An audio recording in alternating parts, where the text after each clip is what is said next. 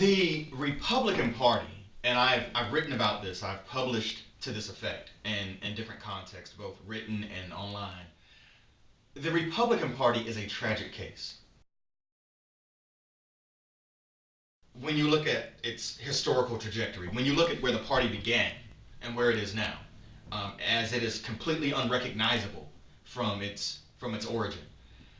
I think what's so tragic about the modern GOP is that some people love to lose. They love to lose.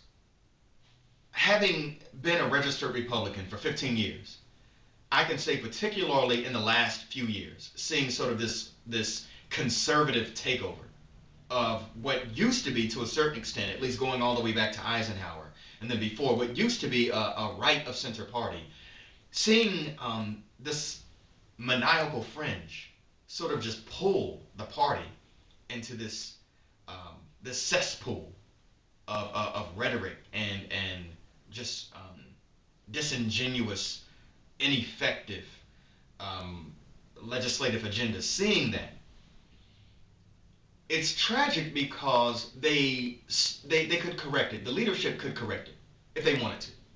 The leadership doesn't want to. They don't want to win. They really don't want to win. There are certain people who want to keep control. They don't want to win. And by winning, I mean not only getting elected to office, but governing in a way that you instill the public trust. And by doing that, you then invite the other party to have to do the same. Right now, what we have is a choice between crazy and a different kind of crazy.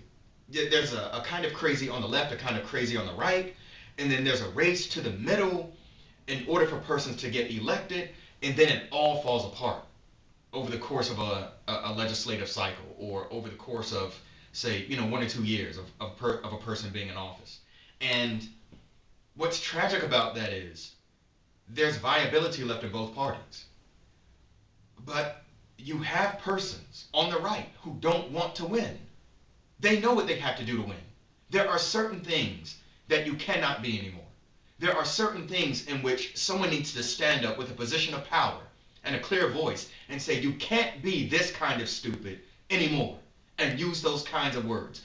It is stupid to not immediately attack and condemn persons who engage in rhetoric that is sophomoric, that is vitriolic, that makes your organization look less than professional. You can't call yourself the party of Lincoln and not sound like Lincoln. And to that effect, I don't see that changing.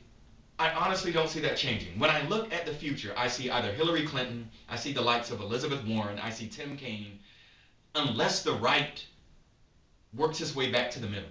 Now, Chris Christie could be, that glimmer of hope. At this point, I'm in the middle. I'm firmly in the middle. I will not completely fall on either side or the other at this point. But I think what we have seen happen with the Republican Party in the past century is tragic.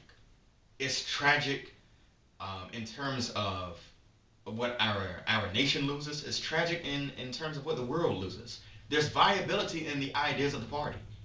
John F. Kennedy, by today's standards, would be considered just right of center.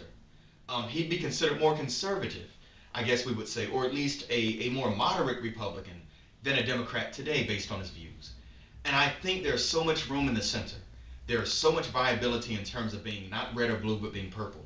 That is not being maximized. That's not really being championed because it's too complicated. It's too hard. That what we have is an exhausted electorate of persons who are just trying to make it and do the best they can. And that engenders a lot of anger, a lot of resentment. And what we have are groups of poor people fighting each other and middle-class persons fighting each other, while the power brokers never really lose that much power. And in terms of the power brokers, it doesn't matter what party they're in. The party of power is the party of power, and it can choose any color or any side it wants. And that's the real tragedy there.